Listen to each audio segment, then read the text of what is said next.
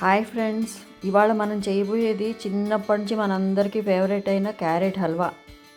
కొంచెం ఓపిక పట్టి చేసుకుంటే ఇలాగ ఎమ్మిగా వేడివేడిగా హ్యాపీగా తినేయచ్చు. మరెందుకు ఇంకా లేటు, చూసేద్దాం పదండి. ముందుగా క్యారెట్స్ క్లీన్ చేసుకోవాలి. ఇసుక లేకుండా చెక్కు తీసుకుని తురుముకోవాలి.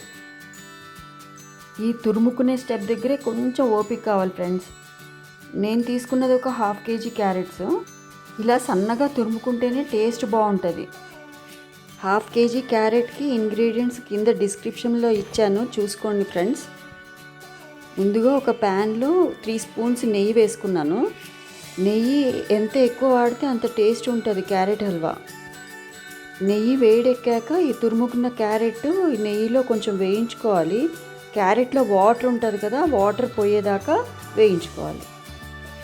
దగ్గరుండి మీడియం ఫ్లేమ్లో వేయించుకోవాలి. ఒక 5 minutes వేయించుకున్నాక మూత పెట్టి సిమ్లో ఉంచాను నేను. క్యారెట్లో ఉన్న వాటర్ అంతా ఎగిరిపోయింది, చూసారా. ఇప్పుడు ఒక 1/2 లీటర్ మిల్క్ యాడ్ చేశాను ఇందులో. ఇప్పుడు మరుగు వచ్చాక నేను డ్రై ఫ్రూట్స్ యాడ్ చేసుకున్నాను. డ్రై ఫ్రూట్స్ అంటే ఇది బాదం హాఫ్ ముక్కలు కట్ చేసుకున్నాను. కాజు, గుమ్మడి గింజలు, కిష్మిష్ కూడా వేసుకోవచ్చు ఫ్రెండ్స్. మిల్క్ క్యారెట్ మరిగేటప్పుడే ఈ డ్రై ఫ్రూట్స్ వేసేస్తే తినేటప్పుడు డ్రై ఫ్రూట్స్ గట్టిగా తగలవు, మెత్తగా అందులో కలిసిపోతాయి. ఇప్పుడు కొంచెం మిల్క్ క్రీమ్ వాడాను ఫ్రెండ్స్. నేను ఒక స్పూను. 1/2 kg క్యారెట్స్కి నేను ఒక 150 grams షుగర్ యాడ్ చేశాను. మీకు స్వీట్నెస్ ఎక్కువ కావాలంటే ఇంకా ఎక్కువ కూడా యాడ్ చేసుకోవచ్చు. చెక్ చేసుకొని మీరు షుగర్ కలుపుకోవచ్చు.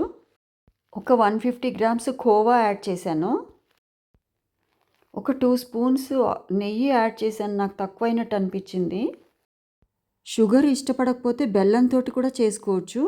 ఒక్కొక్క ఇంగ్రీడియంట్ కలుపుకుంటూ అలా దగ్గరుండి వేయించుకోవాలి. అంతే, అయిపోయినట్టే మన క్యారెట్ హల్వా రెడీ.